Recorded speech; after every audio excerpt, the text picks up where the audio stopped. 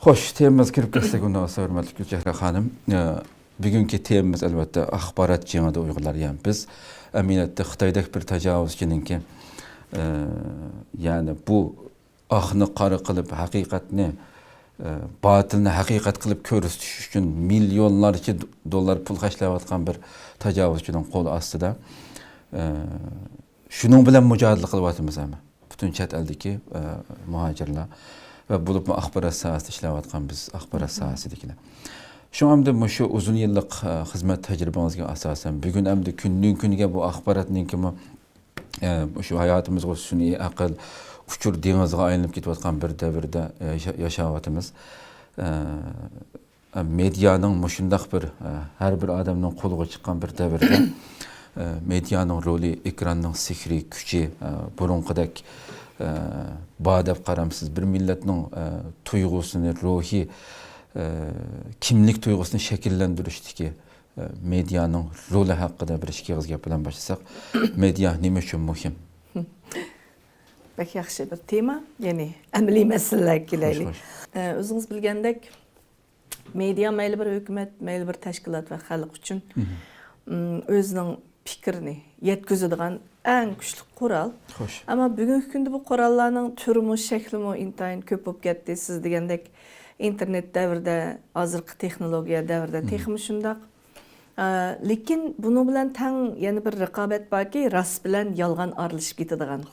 Onun ustiga sensor deymiz, fikrlarmi nima deymiz hamda media axloqiy g'ilvirdan o'tkazilmay turib o'ttirg'i to'kiladigan shundaq bir holat shakllandi. Hamda o'zingiz bilgandek men televiziya sohasiga kirganda faqat birli televizorni butun oila ko'ratdik. Yetkaziladigan uchurmi har qanday narsani aytib o'ylashib, sistemlik ma'noda bir shundaq zamonlarda hamda. Gerçi tarqalish doirasi uncha keng bo'lmasa-mu, ta'sir qilish kuchi kuchli bo'lganligi uchun yanada kengri taqilati xalq orasida xil belgilik ta'sir qo'zg'aya oladi. Shunga Xitoy hukumatidek bir mustabid hokimiyat o'zininki mediasi orqali xalqning kallasini juyishga alohida ya'ni mablag' ajratgan.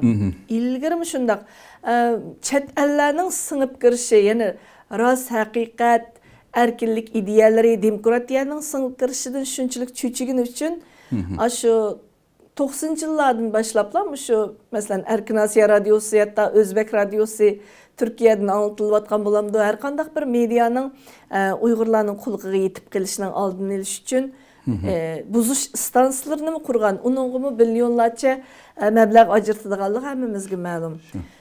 Bugünkü kadar bu uğraşını davamlaştırıvatıdı ve chet elge özününki ta'tir təşviqatını qilish uchun mablag'ni hassalab oshirdi.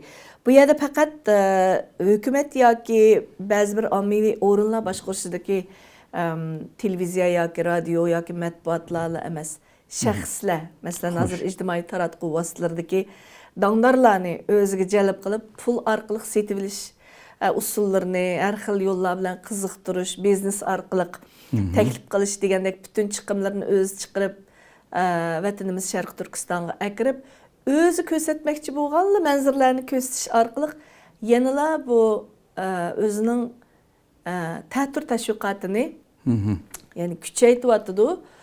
Eng xatarlik yeri shuki, bizning ko'zimiz mediada bo'lib qolsa bo'lmaydi-ku. Bu yerda tadqiqotchilar bor, vatanga kirgizayotgan, undan boshqa kino sohasi hatta. Kino orqali hamda ta'sir kuchini ko'rsatish medianikidan kuchli. Chunki kino deganda setilib o'zingiz ko'radigan bo'lg'achqa diqqat qilish demangiz uzun bo'ldi va night konkret bo'ldi shu kinoni ko'rsizda pul orqali. Ammo boshqa medialarning uchurlarini seyretgil bo'ldi telefonlarda pul orqali kino ko'rganligingiz uchun u vaqtni yani 2 soatlik kino bo'lgansa cho'qim vaqtingizni ajratib uningga diqqatingizni mujassam qilsiz. Xitoymi bu xil universal san'atning birikmasi bo'lgan shundaq kinodan foydalanib o'zini oqlash siyosatidan shu propagandasini texnik kuchaytiryapti. Bunday vaqtida hamda chet ellardagi shu adolat uchun Uyg'urlarning çekiyotgan azaplarını, ularninki uçurayotgan zulümlerini anlatış için hareket kılayotgan her bir şahs yoki media için bu tolumu çoğun bir raqabet. Elbette bizde onda çoğun meblağ yok. Hoş. Ama bizde güç var. Bizde ilk kızgınlık var, fidakarlık var. Doğru. Hem adalet, raskep bizde. Şu. Bizninki ispatlap yere alaydigan nurgun narsimiz var. Halkımız var. Şunun için ben yanıla biz güçlük dep qarayman. Yani iqtisadi jihatda, başka taktikalar jihatda ular güçlükdek göründü. Biz güçlük bo'lg'achqa Xitoy hukumati teximiz zo'r mablag' sarflatadi. Teximiz zo'r kuch bilan bu rostni yag'onga chiqarish uchun tirishyapti. Bizning raqobatimiz bo'lsa hozir o'zimizning bir ya'ni Uyg'urlarning mediasining bo'lmasligi bu bek cho'ng bo'shliq. Bu Erkin Asiya radiosu bultur taqılıb qalğandan buyon, endi bizning şuarimiz avazsızlarning ovozi edi ku. Demekçi ovozimiz butunlay o'chib qolmagan bo'lsa-mu, suslab ketdi mundaqcha aytganda. Aralla turyapti. Hozir bizning mediarimiz, bizning yoki kuchligarak taratqumiz deb aytsak, istiqlol qoldi meningcha. Undan boshqa ijtimoiy taratqular mavjud endi. Ko'proq xalq ko'rayotgan narsaning biri shu istiqlol televiziyasi. Endi hammanglarning qanchalik badal to'lab, qanday fidokorliklar ishlayotganinglarni o'z ko'zim bilan ko'rgashga, sizlarni tilga elishga shuni muhim deb bildim endi buni tilga elish mening majburiyatim. Sizmi men kelgandan buyon kaynim kirib olib cho'qim bu suhbatni qilmasak bo'lmaydi deb shundoq tirishdingiz. Ko'p rahmat sizga. Menga mushlar bir fursatni berganingizga.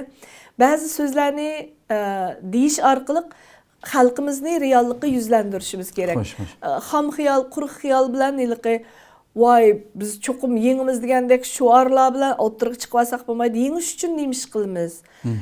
Oldimizdagi yani bar bo'lgan narsalarni qanday qadrlaymiz, uningga qanday kuch qo'talaymiz, buni ustida to'xtalaylik.